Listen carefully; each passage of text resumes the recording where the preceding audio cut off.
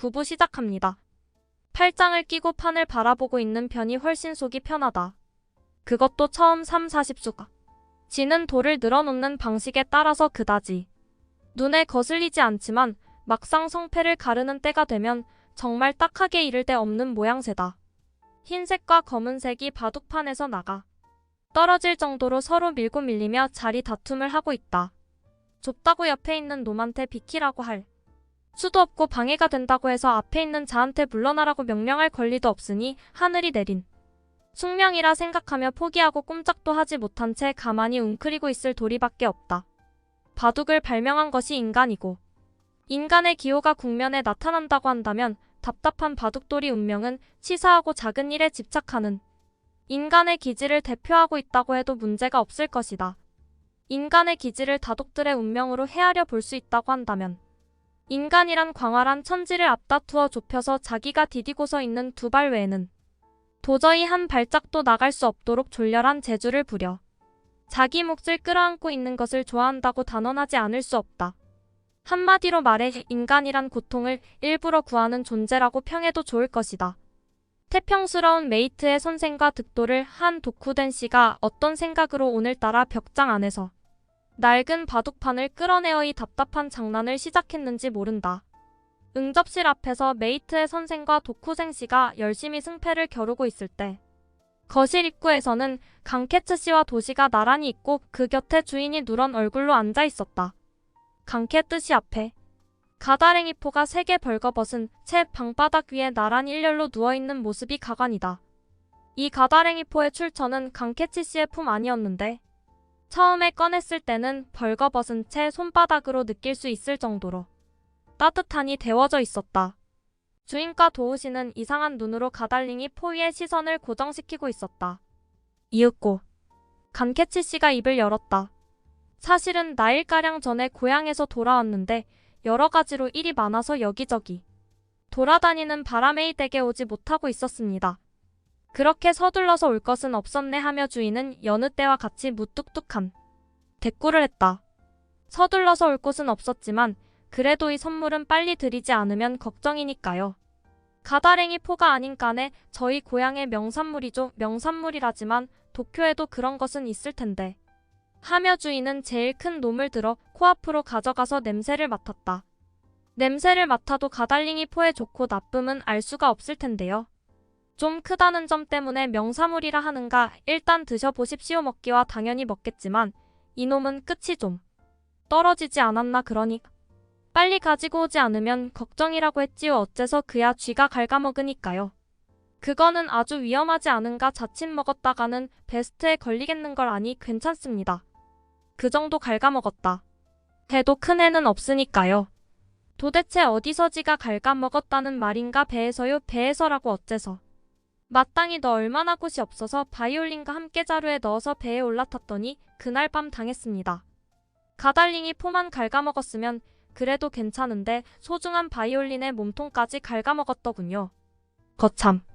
덤벙거리는 쥐새끼로군. 배 안에 살다 보면 그렇게 앞뒤를 가리지 못하게 되나 보지 하고 주인은 아무도 알 수 없는 말이 중얼거리며 여전히 가다랭이 포를 바라보고 있었다. 아니 쥐새끼는 어디에 살고 있건 덤벙거리겠죠. 그래서 하숙집으로 가지고 왔을 때도 또 당할 것 같아서요. 안심이 되지 않아서 밤에는 잠자리 속에 넣고 잤습니다. 좀 지저분한 것 같군. 그러니 드실 때 좀 씻어서 드세요. 물로 좀 씻는다고 깨끗해질 것 같지가 않은데 그럼 거품이라도 내서 벅벅 문지르면 되지 않겠어요. 바이올린도 안고 잤는가.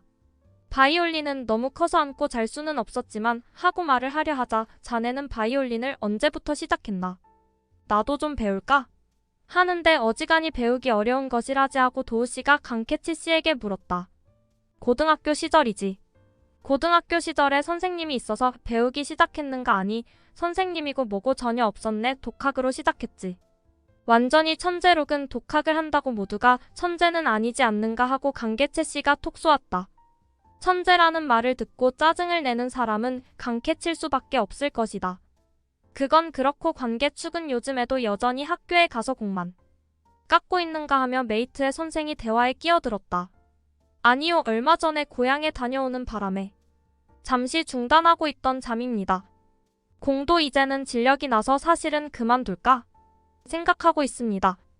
하지만 공을 깎지 않으면 박사가 될 수 없지 않은가 하고 주인은 약간 눈살이 찌푸렸지만 본인은 의외로 속 편하게 박사라고요. 박사람이 이제 안 돼도 상관이 없습니다. 하지만 결혼이 늦어져서 양쪽 모두 곤란해지지 않은가. 결혼이라니 누구 결혼 말씀입니까? 잔이지 누군가. 제가 누구랑 결혼을 하는데요. 가네다이 딸이지 아라니 그렇게 약속을 하지 않았는가. 약속 같은 건 한 적이 없습니다.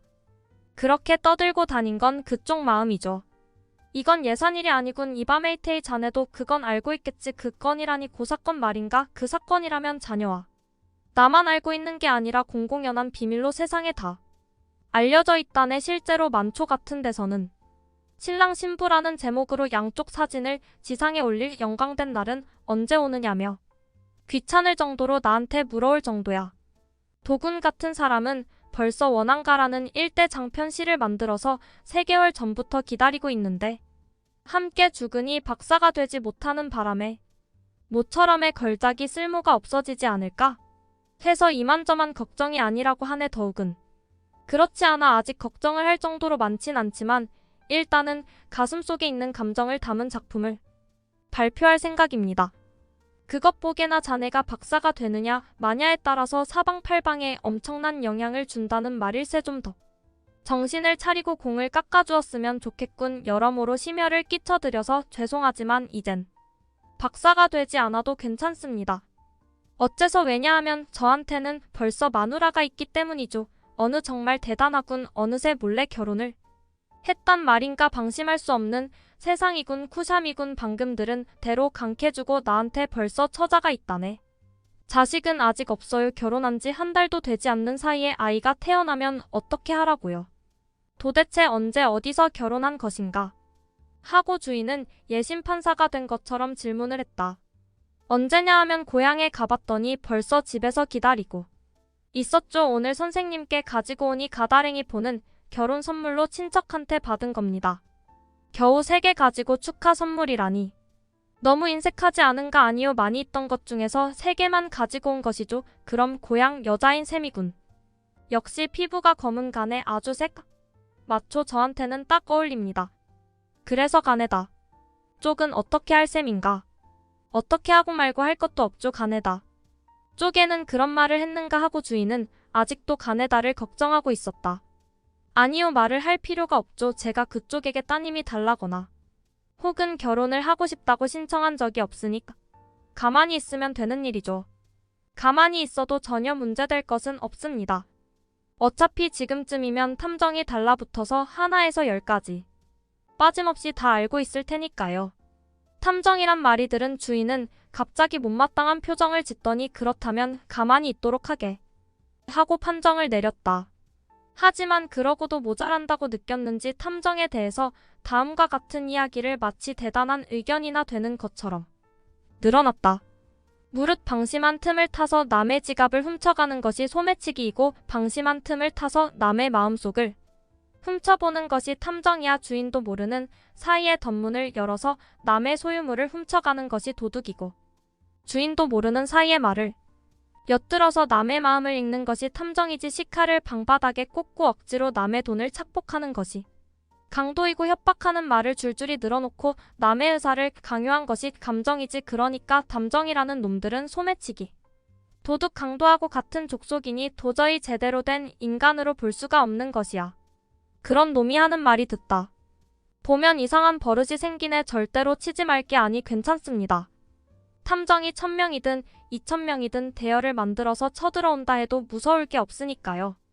이래 배워도 공과 게임 명인 이학학사 미즈시마 강케츠 아닙니까? 그때 현관문이 거칠게 열리며 실례합니다. 혹은 계십니까? 하는 소리도 없이 커다란 발자국 소리가 들리더니 응접실의 장지문을 난폭하게 열어젖히며 다타라 삼페이시가 그 틈으로 얼굴을 내밀었다. 삼페이시는 오늘 여느 때와는 달리 새하얀 셔츠에 방금 산 외투를 입고 벌써 얼큰하게 한 잔 마신 듯한 분위기를 풍기고 있는 데다가 오른손에 새끼줄로 엮은 맥주 4병을 무겁게 들고 와서 가달리니 포 곁에 놓고는 인사도 하지 않고 풀썩 주저앉으면서 벌써 자세를 흐트러뜨리는 폼이 아주 씩씩하게 이를 데 없었다. 선생님 위장병은 근래 좀 나으셨습니까? 이렇게 집안에만 계시니까 안 되는 겁니다. 아직 나빠졌다는 말도 안 했는데 무슨 소린가 말씀을 안 하셔도 안색이 좋지 않은 걸 보니 뻔한데요. 선생님 안색이 늘었습니다. 요즘엔 낚시가 좋다고 합니다. 시나가와에서 대를 한 척 빌려서 저는 지난 일요일에 갔습니다. 뭐 좀 낚았나 아무것도 낚지 못했어요. 낚이지 않아도 재미가 있는가 호연지기를 키울 수 있으니까. 요 어떻습니까? 여러분 낚시하러 가신 적이 있습니까? 낚시는 정말 재밌죠. 커다란 바다 위를 작은 배로 이리저리 돌아다니는 것이니까. 요 하고 이 사람 저 사람 할 거 없이 말을 걸었다. 너는 적은 바다 위를 큰 배로 이리저리 돌아다니고 싶구먼 하고 메이데이 선생이 상대를 했다. 어차피 낚는다면 고래나 인어라도 낚지 않으면 재미가 없죠 하고 강캐치가 대답했다. 그런 것을 어떻게 나가요? 문학자는 상식이 없네요. 난 문학자가 아닙니다. 그렇습니까? 그럼 당신은 무엇이죠? 저 같은 비즈니스맨한테는 상식이 가장 중요하니까. 요 선생님 전 요즘에 아주 상식이 많이 늘었습니다. 아무래도 그런 곳에 있으니까. 환경이 환경이라서 그렇게 되어버린답니다. 어떻게 된다는 말인가? 담배를 피워도 말입니다. 아사히니 시키시마를 피우고 있으면 체면이 서지 않죠 하고 말하면서 끝에 금박이 입혀진 이집트 담배를 꺼내서 뻐끔뻐끔 피워댔다. 그렇게 사치를 할 돈이 있는가? 돈은 없지만 조만간 어떻게 될 겁니다. 이 담배를 피우고 있으면 남들 신용부터가 달라지는데요. 강퇴주군이 공을 깎는 것보다 편한 신용이라 좋군. 수고할 필요가 없으니 말이야. 간편한 신용이 궁궐에하고 메이트의 선생이 강캐치 씨에게 말하자 강기채 씨가 뭐라고 대답하기도 전에 삼페이 씨가 당신이 감기 뜨십니까? 박사는 결국 하지 못했습니까? 당신이 박사가 되지 않은 바람에 제가 하기로 했습니다. 박사를 말입니까? 아니 가느다신의 아가씨 말입니다. 그야 딱 하게 되었다고 생각합니다. 하지만 그쪽에서 자꾸만 결혼해달라고 하도 말하니까 결국 그렇게 하기로 정했습니다. 하지만 강캐채 씨한테는 좀 미안하게 된 것 같아 걱정입니다. 아무쪼록 사양하지 마시고 하십시오 하고 강기채 씨가 말하자 주인은 결혼하고 싶으면 하면 되는 일이 아닌가 하고 애매한 대꾸를 했다. 크고 참 축하할 만한 이야기로군. 그러니까 딸내미가 어떻든 걱정하는 사람이 없다니까. 누가 데려가나 했더니 아까 내가 말한 대로 이렇게 훌륭한 신사가 신랑이 되겠다고 하지 않는가. 도옥은 신채 씨의 소재가 생겼네.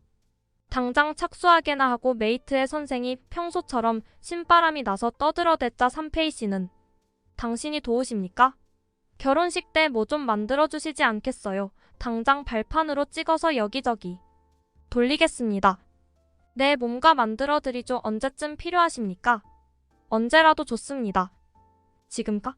지 만들어놨던 것이라도 괜찮습니다. 그 대신에 말입니다. 피로연대 초대해서 한턱 내겠습니다. 샴페인도 대접해드리죠. 샴페인을 마셔본 적이 있습니까? 샴페인은 정말 맛있죠. 피로연대 악대를 부를 예정인데 도우 씨의 작품을 악보로 만들어서 연주하면 어떨까? 요 마음대로 하게나 선생님께서 악보로 만들어주시지 않겠습니까? 말도 안 되는 소리. 여기 음악을 할 수 있는 사람은 없습니까? 낙제 후보자 강계추구는 바이올린의 묘술안에 부탁해보지. 그러나 하지만 샴페인 정도 가지고는 고개를 끄덕일 것 같지 않은데. 샴페인도 말이지요. 한 병이 4엔오엔 하는 건 시시합니다. 제가 대접하는 것은 그런 싸구려가 아닌데 한번 악보를 만들어주시렵니까? 그야 마음대로 드리죠. 한 병이 20전 하는 샴페인이라도 만들겠어요. 뭐하다면 공짜로 만들어도 됩니다. 맨입으로 부탁하진 않습니다. 사례는 제대로 해드리죠. 샴페인이 싫으시다면 이런 사례는 어떻습니까? 하고 말하면서 우도 품속에서 7, 8장의 사진을 꺼내어 방바닥에 우수수 흩어놨다. 상반신이 있었다. 전신이 있었다. 서 있는 모습이 있었다. 앉아있는 모습이 있었다. 바지를 입고 있는 모습이 있었다. 기모노를 입은 모습이 있었다. 올림머리를 한 모습이 있었다. 모두가 묘령의 여자들 모습이었다. 선생님 후보자가 이만큼이나 있습니다. 함께 최 씨와 도우 씨에게 사례로 이 중 누군가를 주선해도 됩니다. 이 사람은 어떻습니까? 하고 강혜주 씨에게 한 장을 내밀었다. 좋군요. 아무쪼록 주선이 주십시오. 이 사람이라도 괜찮습니까? 하며 또 한 장을 내밀었다. 그것도 좋습니다. 꼭 조선이 주십시오. 어느 쪽 말입니까? 어느 쪽이라도 괜찮습니다. 상당히 바람기가 많군요. 선생님이 사람은 박사의 조카 딸입니다. 그리고 이쪽은 성격이 아주 좋습니다. 나이도 어리지요. 아직 17살입니다. 이 여자라면 지참금이 1차는 됩니다. 이쪽은 지사 딸입니다. 하고 혼자서 떠들어댔다. 그 사람들을 모두 다 가질 수는 없습니까? 모두 다 말입니까? 그건 욕심이 지나치네요. 댁은 일부 다 저주의자입니까? 아무래도 좋으니까. 그런 것은 빨리 지워버렸으면 좋겠네 하고 주인이 야단이 치듯이 외치자 삼페이 씨는 그럼 아무도 갖지 않겠다는 말씀이지요. 하고 확인을 하면서 사진을 한 장 한 장 주머니 속에 넣었다. 뭔가 금액 주는 선물입니다. 미리 축하하려고 모퉁이에 있는 술가게에서 사왔습니다. 좀 마셔주세요. 주인은 손바닥을 쳐서 하녀를 부르더니 병을 따게 했다. 주인 메이테이, 도쿠센, 강케츠, 도우 이렇게 5명은 공손하게 잔을 들어서 삼페이 씨의 결혼을 축하했다. 삼페이 씨는 기분이 아주 좋은 듯 여기에 계신 여러분을 피로연에 초대하고 싶은데 다들 나와 주시렵니까? 나와주시겠지요 하고 말했다. 나는 실례하고 주인이 곧바로 대답했다. 어째서 말입니까? 제 평생에 딱 한 번 있는 대사입니다. 그런데도 참석해 주시지 않으렵니까?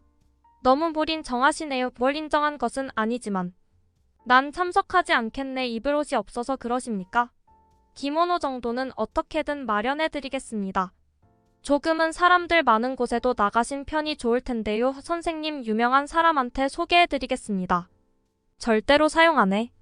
위장병도 나을 텐데요. 낫지 않아도 상관없네. 그렇게 고집을 부리신다면 할 수 없지요. 그쪽은 어떻습니까? 나와 주시렵니까? 나 말인 거 가야지. 가구 말고 가능하면 주례가 되는 영광을 얻고 싶을 정도일세. 당신은 어떻습니까? 나 말입니까? 일간의 풍월이 한 생겨요. 인조가 백빈 홍요가 아니라 그게 뭡니까? 시선입니까? 뭔지 모르겠습니다. 모르신다고요? 난처하군요. 강해지시는 나와주겠지요. 지금까? 지의 관계도 있으니까 반드시 참석하도록 하겠습니다. 제가 만든 곡을 악대가 연주하는 것을 듣지 못하면 아쉬울 테니까. 요 그렇고 말고요. 당신은 어떻습니까? 도우씨 나가지요. 나가서 두 분 앞에서 신채 씨를 낭독하고 싶군요. 그거 다 아주 좋지요. 선생님 저는 태어나서 지금까지 이렇게 기분이 좋았던 적이 없습니다. 그러니까 맥주를 한 잔 더 마시겠습니다. 하더니 자기가 사온 맥주를 혼자서 벌컥벌컥 마시고는 새빨개졌다. 짧은 가을날은 어느덧 저물고 입담배의 시체가 어지럽게 누워있는 화로 속을 보니 불은 일찌감치 꺼져 있었다. 아무리 태평스러운 사람들이라도 이제는 흥이 다했는지 많이 늦어졌군. 그만 돌아가야겠어 하고 먼저 도쿠생 씨가 일어났다이어서 나도 가야겠네 하고 앞다투어 말하면서 현관을 나섰다. 잔치가 판자리처럼 방안이 쓸쓸해졌다. 주인은 저녁을 먹고 서재로 들어갔다. 부인은 쌀쌀하게 느껴지는지 속옷에 깃을 여미면서 빨아놓은 옷을 깁고 있다. 아이들은 대게를 나란히 하고 잔다. 하녀는 목욕하러 갔다. 속 편하게 보이는 사람들도 마음속에 두드려보면 어딘가에서 서글픈 소리가 난다. 깨달음을 얻은 것 같은 도쿠센 씨의 발도 여전히 땅바닥을 밟으며 다닌다. 속이 편할지도 모르지만 메이트의 선생의 세상은 그림에 그려놓은 듯한 세상이 아니다. 강혜지 씨는 공깎기를 그만두고 결국 고향에서 부인을 데리고 왔다. 이것이 순리이다. 하지만 순리가 오래 계속되면 아마 무척 지루할 것이다. 도시도 앞으로 10년 지나면 무작정 신채 씨를 바치는 것이 얼마나 잘못된 일인지 깨달을 것이다. 삼페이 씨의 경우는 물속에 사는 사람인지 산속에 사는 사람인지 도무지 알아보기 힘들다. 평생 동안 샴페인에 대접하며 유쾌하다고 생각할 수 있으면 다행이다. 고양이로 태어나서 사람 세상에 산 것도 벌써 2년이 되었다. 스스로는 이 정도로 견식이 있는 존재가 따로 없다고 생각하고 있었는데 얼마 전에 독일 소설 속에 나오는 주인공 고양이 카텔 무르라고 하는 들어본 적도 없는 동족이 느닷없이 기염을 토하는 바람에 좀 놀랐다. 잘 들어봤더니 사실은 100년 전에 죽었는데 문득 호기심이 생겨서 일부러 유령이 되어 날 놀라게 하기 위해 먼 저승에서 출장 나왔다고 한다. 이 고양이는 어머니와 대면했을 때 인사의 표시로 생선 한 마리를 몰고 갔는데 도중에 도저히 참을 수 없게 되어 자기가 먹어버렸다고 할 정도로 부유한 고양이답게 재능도 인간에게 지지 않을 정도로 뛰어나서 언제인지 시를 만들어 주인을 놀라게 했을 정도였다. 이런 호걸이 이미 1세기도 더 전에 출연했다면 나 같은 쓸모없는 고양이는 일찌감치 퇴장을 해서 이상향으로 돌아가 누워있어도 되지 않겠는가. 주인은 조만간 위장병으로 죽는다. 가네단의 영감님은 욕심 때문에 벌써 죽었다. 가을 나뭇잎은 거의 다 떨어졌다.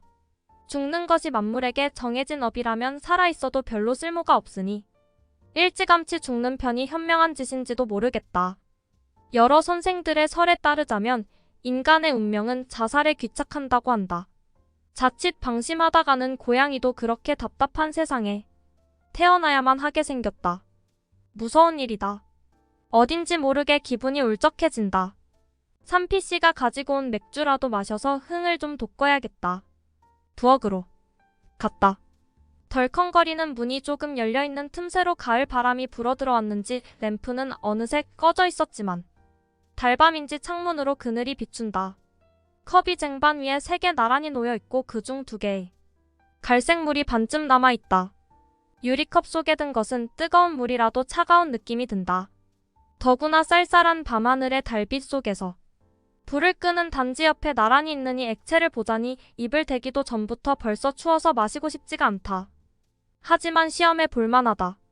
삼필씨 같은 사람은 적을 마시고 난 다음 새빨갛게 되어서 더운 듯이 허덕허덕 숨을 쉬고 있었다. 고양이도 이걸 마시면 명랑하게 되지 않으란 법이 없다. 어차피 언제 죽을지 모르는 목숨이다. 무엇이든 목숨이 붙어있는 사이에 해두는 편이 나왔다. 죽은 다음에 아쉽다고 무덤 그늘에서 뉘우쳐봐야 소용이 없다. 과감하게 마셔보자 싶어 기세 좋게 혀를 넣어서 홀짝홀짝 해봤다. 참으로 놀라웠다. 이상하게 혀끝을 바늘로 찌르는 것처럼 짜릿짜릿하다. 여기까지 9부 내용이었습니다. 다음은 마지막 10부입니다. 구독과 좋아요는 다음 영상을 만드는 큰 에너지가 됩니다.